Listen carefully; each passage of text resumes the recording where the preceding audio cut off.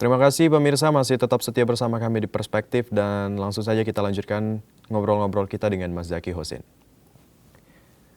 Dan sebenarnya enggak ini ya Mas ya, membantu kita juga kayak hidup lebih bersih gitu, apa-apa cuci tangan, menghindari Betul, kontak dengan betul, orang gitu. Dan kalau betul, kita betul. berbicara lagi nih tentang suara saya jelas Dan jelas dan Mas? ini Yud, satu lagi nih Yud, satu lagi. Oke, oke, apa? Halo?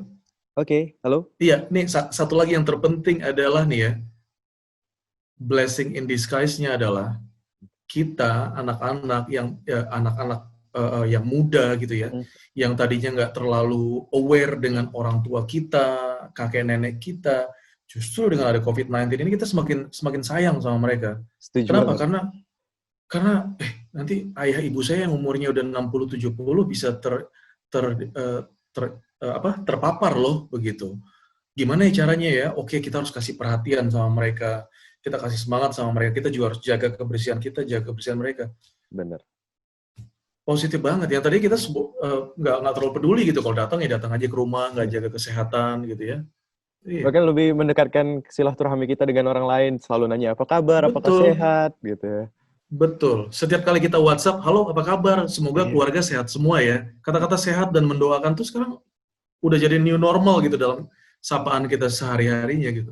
Dan bahkan kalau kalau kalau kita boleh berkaca ke belakang gitu kayak misalnya halo apa kabar itu sekedar basa-basi tapi kalau sekarang itu benar-benar untuk mendoakan semoga selalu sehat ya. Gitu. Bener-bener, you really mean it gitu. You really mean, saya bener-bener pengen tahu nih kabar kamu apa ya? Kamu sehat nggak hari ini? Iya kan? Bener, Walaupun cuma bener. halo apa kabar, tapi dari hati ke hatinya bener-bener sehat kan? Anak-anak apa kabar? Suami baik ya? Istri baik ya? Sehat ya? Ya, Bener banget. Nah, Mas, ini kan pemerintah juga telah menggaungkan ini new normal untuk mengembalikan produktivitas masyarakat nih yang sempat ya, terhenti beberapa bulan lalu yang kita tahu dari Maret hingga beberapa bulan ke depan. Nah, iya, dan juga pemerintah juga selalu menggaungkan protokol kesehatan, disiplin, dan lain sebagainya. Pemerintah juga menjalin kerjasama dengan berbagai pihak, seperti kita iya, tahu. Dan khususnya juga nih dengan media nih, yang turut andil dalam mengembangkan tatanan baru. Karena kan media ini kita bisa lihat itu adalah corong ya atau misalnya penyalur dari pemerintah ke masyarakat nih. Nah, betul. lalu menurut Mas Zaki sendiri nih bagaimana sih peran media itu sendiri dalam kerjasama tersebut? eh Sejauh ini berjalan sih, Yud, ya. Sejauh Oke. ini berjalan. Kalau saya bukan pakar media, Oke. tapi saya samalah seperti layaknya pemirsa yang juga melihat media-media lain selain tempat saya bekerja. Kalau saya kerucutkan lagi hanya di media TV, Ya. gitu ya. TV mainstream, TV nasional, semuanya sudah berusaha dengan sebaik-baiknya untuk jadi corong, untuk menjadi jembatan, untuk jadi bridging antara kebijakan pemerintah ke masyarakat, semuanya setiap hari. Selalu ada informasi tentang peningkatan jumlah pasien, atau juga mereka yang sembuh atau yang meninggal. Selalu ada informasi tentang uh, uh, pengembangan antivirusnya di dunia mana, di negara mana gitu ya. Selalu ada juga pesan moral yang disampaikan media-media nasional juga agar kita tetap jaga kesehatan. Setiap sore hampir seluruh media serentak mengabarkan tentang informasi dari Satuan Gugus Tugas COVID-19 gitu. Jadi menurut saya we all do our best, tinggal kembali lagi ke kita semua, ke masyarakat, ke keluarga, ke diri kita, apakah kita ambil informasi ini untuk menjadi satu pegangan kita untuk tetap hidup sehat, atau kita biarkan begitu aja. Nah, tapi kan apakah pemberitaan di media ini juga merupakan salah satu kunci sukses membangun optimisme di masyarakat nih, Mas? Yes, saya yakin iya. Saya yakin iya. Kenapa? Karena eh, dulu waktu belum terjadi COVID-19, ada berbagai hal selain media yang bisa dijadikan eh, satu wadah untuk memberikan pesan kepada masyarakat. Contohnya konser musik, Oke. kemudian pertunjukan teater dan segala macam itu bisa gitu. Kemudian ada seminar-seminar itu juga bisa. Walaupun sekarang ada webinar ya, Ya. atau seperti yang kita lakukan seperti sekarang ini, tapi itu masih terlalu baru untuk orang-orang kelas menengah ke bawah, Yud. Oke. Kalau kita bicara dengan orang menengah ke atas atau Yuda dan teman-teman di Binus TV, we all talk about Zoom lah. Zoom meeting udah hal yang biasa ya, Iya. lumrah. Benar. Tapi kalau orang-orang yang kelas menengah ke bawah atau kita bisa katakan grassroots gitu ya, perekonomiannya, status sosialnya, mereka nggak pernah pakai Zoom. Mereka nggak tahu informasi dari webinar atau seminar. Mereka pun nggak juga aktif di sosial media yang secara apa ya, sosial media lah begitu ya. Kebanyakan dari mereka masih nonton TV. Benar. Kebanyakan mereka masih nonton TV. Mereka masih menyalakan TV, mereka masih menjadikan TV itu sebagai pusat hiburan, sebagai pusat informasi. Lihat di daerah-daerah, di pedalaman, di perbatasan, mereka masih menggunakan TV dan radio itu sebagai sumber informasi terpercayanya mereka. Nah, dengan usahanya seluruh pemangku program di TV nasional di Indonesia, termasuk juga Binus TV, untuk ikut menginformasikan, saya kira itu bisa menjadi sumber kita untuk mengetahui tentang perkembangan COVID-19 di Indonesia. Oke.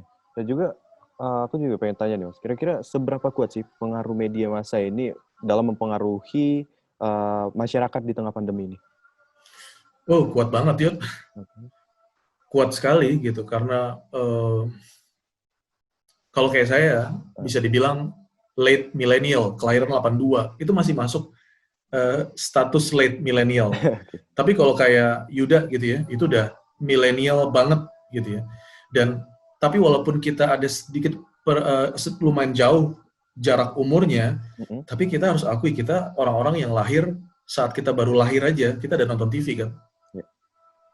Baik itu di rumah sakit, mau kita dibawa pulang, kita udah nonton TV. Jadi TV itu udah otomatis terekam bahwa media massa ya, TV terutama ya, itu udah otomatis terekam bahwa itu sebagai sarana informasi. Sehingga apapun yang ada di TV itu, informasinya, atau tren, atau berita viral, itu masuk di pikiran kita, masuk di hati kita, sehingga kita akan kita lakukan gitu. Baik itu sadar ataupun tidak sadar. Tapi Mas Zaki sendiri setuju nggak sih atau benar nggak sih media massa di saat yang seperti ini juga harus mendorong hal-hal positif dengan menggunakan narasi yang tidak hanya membahas kesehatan, tapi mungkin juga dari segi ekonomi, dari segi kultural, demi keberlangsungan kehidupan yang lebih baik di tengah pandemi? Iya. Saya dulu waktu awal-awal masuk di jurnalisme ya, saya sering dengar orang-orang bercanda kayak bad news is good news. Iya. Kemudian lama-lama orang menjadikan itu sebagai satu kebenaran. Padahal sebenarnya itu nggak benar loh. Okay. Padahal itu hanya kata-kata iseng dari orang oknum yang kita nggak kenal dan harusnya nggak kita pegang. Yang sebenarnya adalah kata-kata yang tertulis dari jurnalis, wartawan-wartawan senior selama puluhan tahun itu adalah, is it good news or is it bad news? We going to tell the truth. Itu jurnalisme yang sebenarnya. Gitu. Jadi kalau dikatakan tadi bahwa media massa ini pemberitaannya itu dapat berpengaruh, sangat berpengaruh. Kemudian kalau pemberitaannya itu bisa memberikan hal yang positif kepada masyarakat, memang itu kok tujuan utamanya diciptakan media ini. Dari dulu ya, dari kalau kita track ya, dirimu atau siapapun juga bisa pelajari kenapa sih munculnya jurnalisme di dunia ini.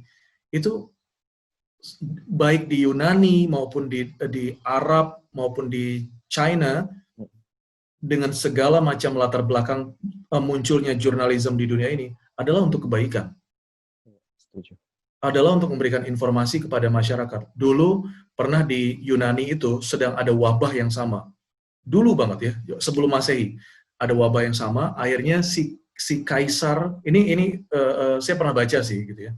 Si kaisar ini akhirnya mengirim 3 orang serdadunya untuk ngecek ke sana, ngecek ke daerah yang terkena wabah itu.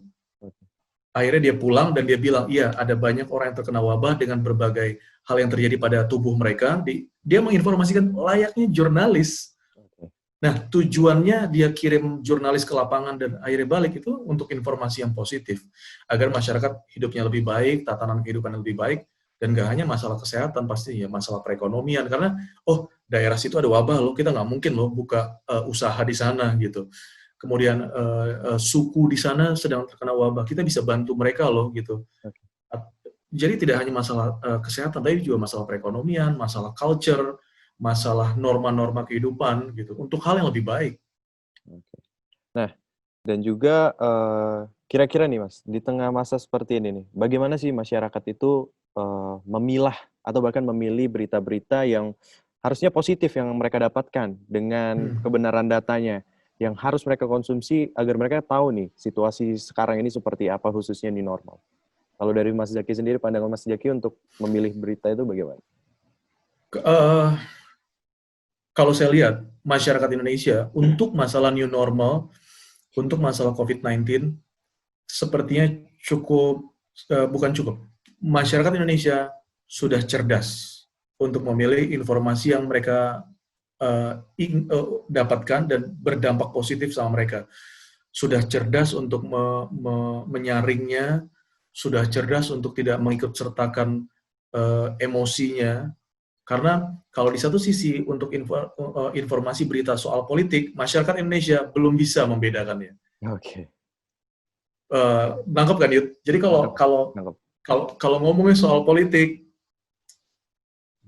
kebawahnya emosi banget gitu ya. Setuju. Emosi banget. Tapi kalau kembali ke COVID-19, saya kira hampir sebagian besar masyarakat Indonesia semuanya sama-sama punya rasa sayang, compassion sama orang yang terdampak COVID-19, dan juga rasa sayang kepada keluarga mereka, sehingga mereka juga terus mencari informasi yang benar. Walaupun adalah oknum-oknum di daerah-daerah yang kalau ada tetangganya kena langsung diusir gitu ya, ada juga. Tapi saya kira itu enggak, itu hanya persentase yang cukup kecil sih. Apalagi kalau misalnya kan korban-korban yang mungkin ya sering menerima kabar hoax atau berita hoax itu adalah kaum yang kayak orang tua, lansia dan lain sebagainya. Bahkan juga kayak saya pribadi nih, orang tua nih dapat broadcastan selalu memastikan kebenarannya dulu, nanya dulu, ini benar nggak sih Bang gitu. Nah, kira-kira untuk masalah, makanya saya setuju banget tuh kalau masalah yang pandemi seperti ini tuh ya mau nggak mau mereka mencari kebenarannya gitu melalui apapun. Bahkan mereka nggak kenal internet pun pasti mereka cari tahu gitu ya Mas ya.